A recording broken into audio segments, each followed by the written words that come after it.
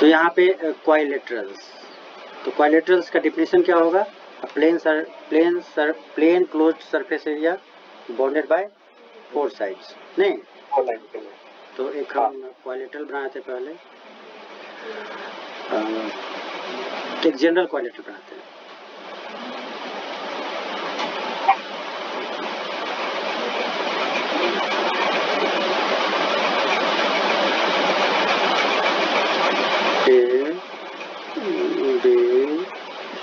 और डी नहीं, अब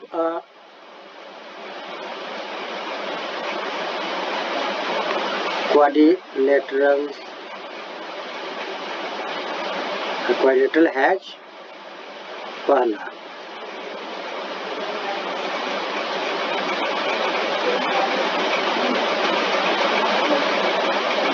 फोर वर्टिसेस। वर्टिसेस क्या होता है? वर्टेक्स का एक प्लूरल है ये। 4 वर्टिसेस मतलब वर्टिसेस क्या होता है? तो वर्टिसेस मतलब पॉइंट, कितने कॉर्नर थे उसके। फिर क्या है? कॉर्नर, यानी 2 साइड जिस पॉइंट पे मिलता है ना, ये पॉइंट दूसरे कलर से दिखाते हैं। ये पॉइंट, ये पॉइंट, ये पॉइंट और ये पॉइंट, इस पॉइंट को हम वर्टिसेस बोलते हैं। ठीक है, ओके, ठीक है, ठीक है। तो एक ए हो गया, पॉइंट को तो हम दिखाते हैं किस चीज से? कोई लेटर से, ए बी सी डी होगा। ठीक है, नेक्स्ट 4 साइड्स, 4 साइड्स है। इसमें कौन कौन सा साइड होगा? तो एक साइड हो गया ए डी, फिर एक साइड हो गया डी सी, फिर साइड हो गया बी सी, उसको साइड की कौन हो गया? A B. तो एक ए बी हो गया, और उसके बाद बी सी हो गया, सी डी हो गया और डी सी, ये साइड्स हो गए, 4 साइड्स। नहीं, ठीक है, तो 4 sides A B, B C, C D, A B, B C, C D, और ये ए डी होगा लास्ट में। ये गलती लिखा हुआ है यहाँ पे हो जाएगा ए डी हो जाएगा। तो ये 4 साइड्स हो जाएगा। ठीक है, साइड को यदि हम ए बी लिख दे या बी ए लिखे, तो क्या ये 2 साइड है या एक ही साइड है? एक ही साइड है। एक ही साइड है, उसका नाम हम दोनों तरफ से लिख सकते हैं, ए बी लिखे या बी ए लिखे। लेकिन एक बात बताओ कि ए बी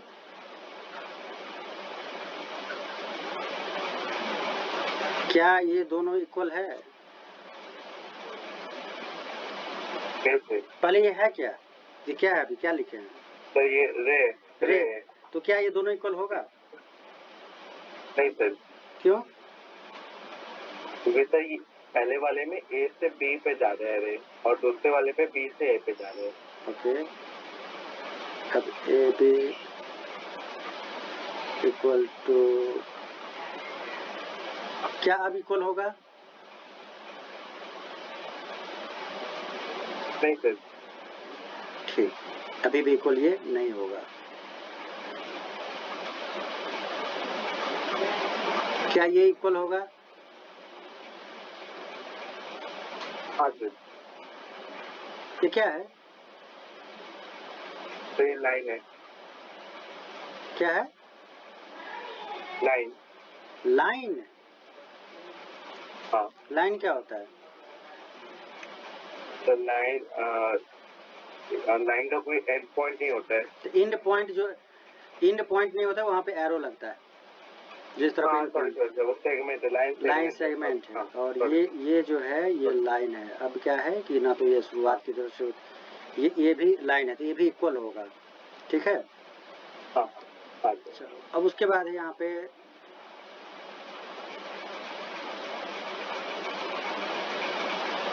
एडजेसेंट साइड्स।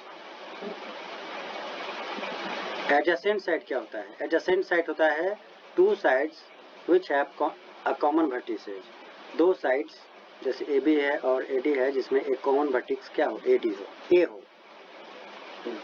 ठीक है, तो इसमें दो वैसा साइड जिसमें एक कॉमन वर्टेक्स ए होता है उसको हम बोलते हैं adjacent sides.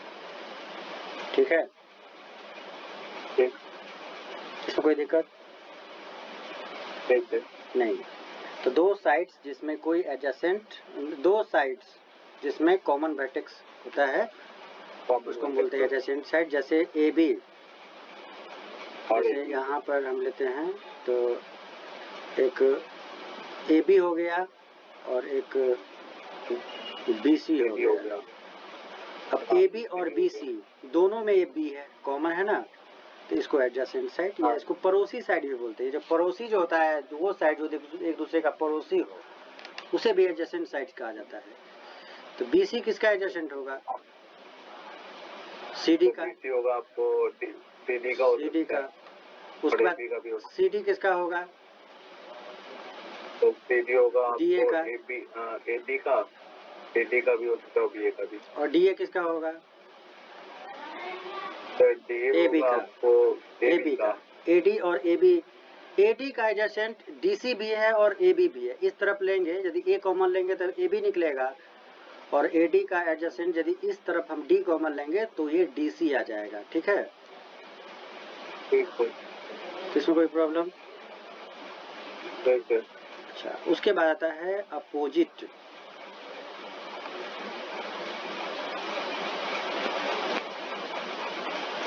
Opposite sides. Opposite sides वो साइड है जिसमें कोई भी वर्टेक्स कॉमन नहीं है। तो एडी का अपोजिट कौन होगा?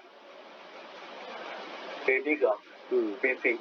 एडी का हो जाएगा बीसी, क्योंकि ए डी में एक वर्टेक्स ए है और दूसरा डी है, और बीसी में बी है और सी है। तो एडी और बीसी में कोई वर्टेक्स कॉमन नहीं है, इसलिए एक दूसरे का ये अपोजिट हो गया। और बीसी का अपोजिट क्या होगा?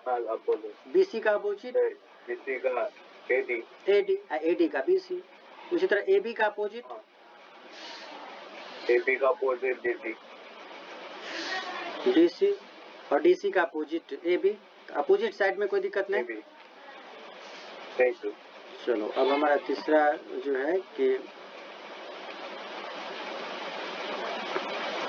इसमें 4 एंगल्स होता है।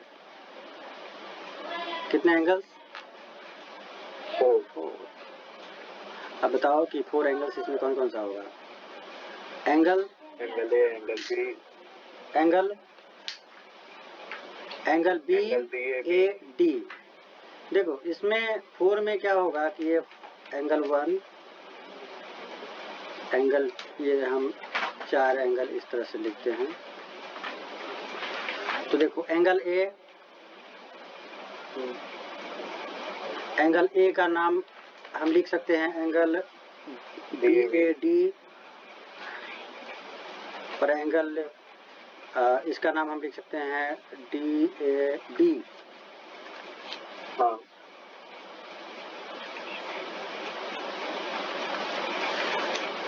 उसके बाद एंगल बी का नाम बताओ, एंगल सी का नाम तुम बताओ, एंगल डी का नाम बताओ। यहाँ पे क्या होगा? एक एंगल को हम 3 तरीके से लिख सकते हैं। या तो हम सिंगल ये लेटर लिख दे, ठीक है, नहीं तो यदि हम 3, या तो इसको हम सिंगल लेटर से लिखते हैं या 3 लेटर से लिखते हैं। डबल लेटर का इसमें यूज नहीं करते हैं हम एंगल लिखने में। ट्रिपल लेटर का यूज करेंगे तो बीच वाला वह वर्टेक्स होगा जिसपे वो एंगल बनेगा, और साइड में बी और डी हम डालेंगे।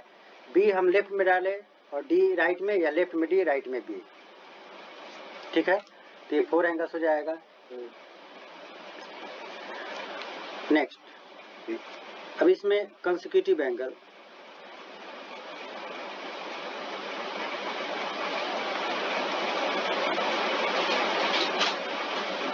कंसेक्यूटिव एंगल्स, तो एक बार हम फिगर यहाँ बना लेते हैं क्योंकि वो ऊपर चला गया है। A B C D. तो कंसेक्यूटिव एंगल्स कौन होगा?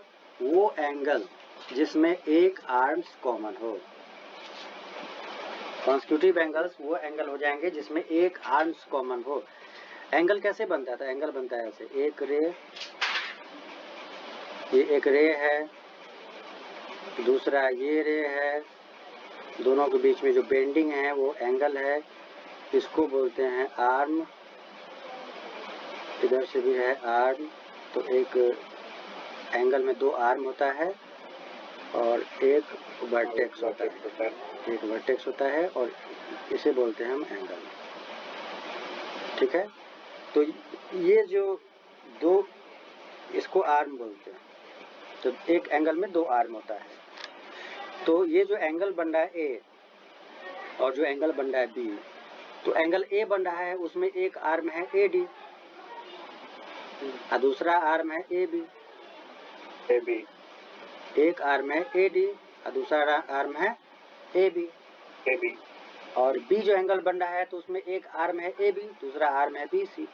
ए बी जो है ए बी, वह एंगल ए में भी है और एंगल बी में भी है, यानी एंगल ए और एंगल बी में एक आर्म कॉमन है ए बी, इसलिए इस दोनों को बोलेंगे कंसेक्यूटिव एंगल। ठीक है, अब बी का कंसेक्यूटिव और बी का कंसेक्यूटिव कौन होगा? ए, और बी का हो जाएगा सी। प्रत्येक एक एंगल का दो कंसेक्यूटिव एंगल होगा। एंगल बी और एंगल सी में क्या कॉमन है?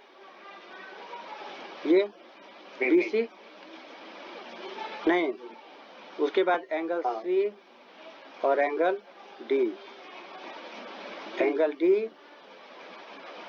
और एंगल ए। तो कंसेक्यूटिव एंगल में प्रॉब्लम। उसके बाद होता है अपोजिट एंगल।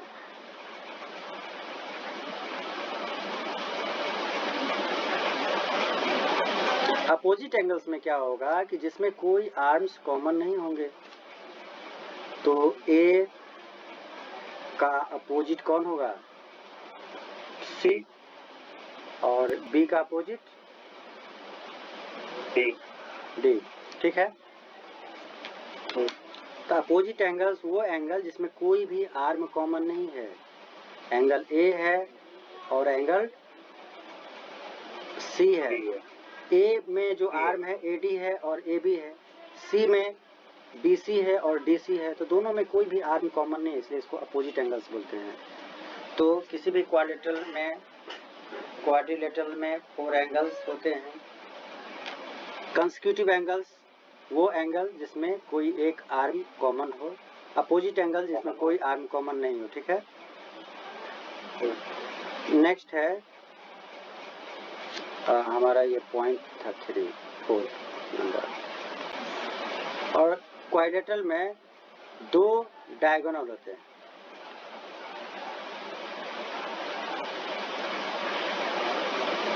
डायगोनल्स किसको बोलते हैं?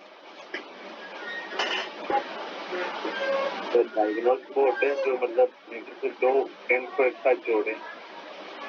Line joining the two opposite vertices. Two opposite vertices जैसे बी और डी ए अपोजिट वर्टेक्स है, इसको जोड़ दिया, और AC बी को हम डी से जोड़ दिए और ए को हम सी से जोड़ देंगे। ठीक है, तो इसको हम बोलते हैं डायगोनल्स, यानी AC और AC हो गया और बी हो गया। तो किसी क्वाड्रिलेटरल में कितने डायगोनल्स होंगे?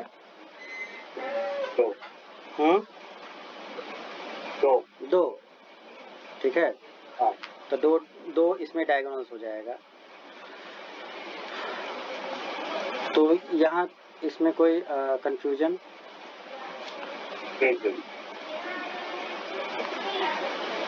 फिर से क्वाड्रिलेटरल का डेफिनेशन देखें कि plane closed surface area bounded by 4 sides, इसमें 4 वर्टेक्स होता है। वर्टिसेज में भी अपोजिट वर्टेक्स हो जाएगा BD और AC, और 4 साइड्स होता है।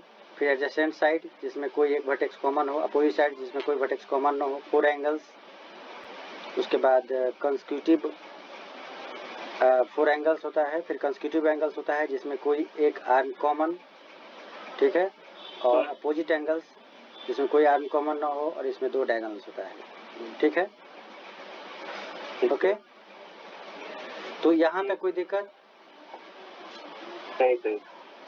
चलो, तो आगे हम अब देखेंगे कि किसी भी क्वाड्रेंट का जो टाइप्स है, अब टाइप्स को देख रहे हैं, ठीक है।